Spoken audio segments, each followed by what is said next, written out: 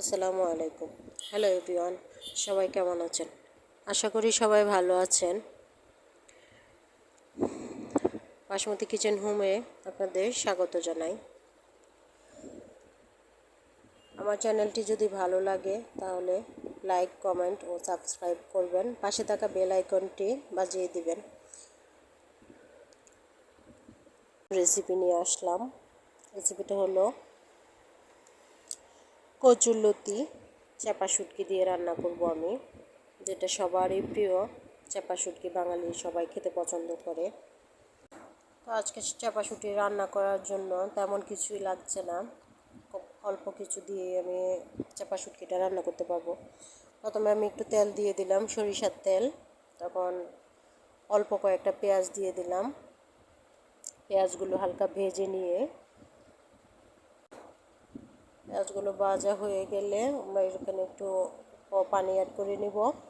একটু পানি দিয়ে আমরা 1 চামচ রসুন বাটা দিয়ে দেব। রসুন বাটা দিয়ে আমরা একটু নেড়ে চেড়ে এখানে 1 চামচ হলুদ, 1 চামচ মরিচ গুঁড়া দিয়ে একটু লবণ দিব পরিমাণ মতো, দিয়ে আমি এটাকে একটু কষিয়ে নিব মশলাটাকে।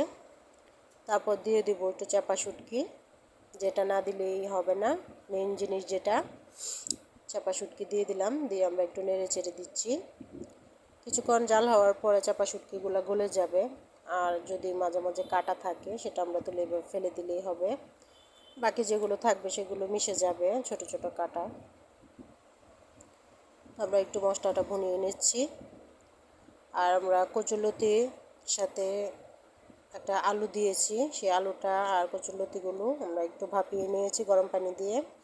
ভাপ দিয়ে পানিটা ফেলে দিছি যেন গলায় না ধরে।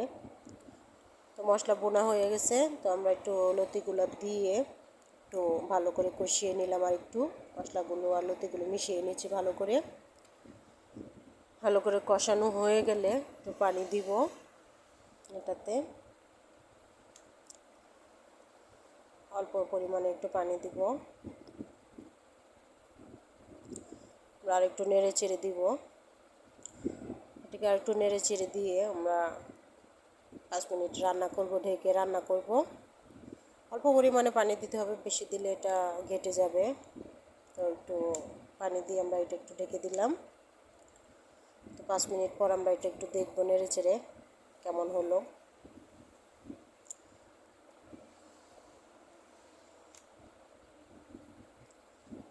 এই যে দেখুন, আমাদের লতিটা অনেকটাই হয়ে গেছে, দেখতেও বেশ ভালো লাগছে। এবার একটু নেড়ে চেড়ে দিব। আলুগুলো সেদ্ধ হতে একটু সময় লাগতে পারে। আলুটা মোটামুটি সেদ্ধ হয়ে গেছে। তো আমরা আর একটু পানিটা শুকানোর জন্য ঢেকে রেখে দিব।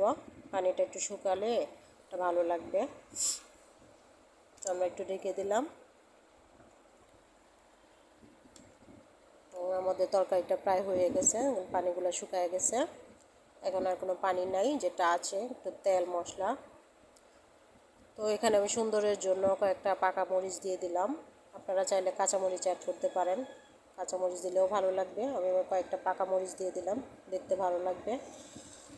আমার তরকারিটা হয়ে গেছে, খুব সহজেই রান্না হয়ে গেল। আলহামদুলিল্লাহ, মাশাআল্লাহ। আমার তরকারিটা অনেক সুন্দর দেখা যাচ্ছে।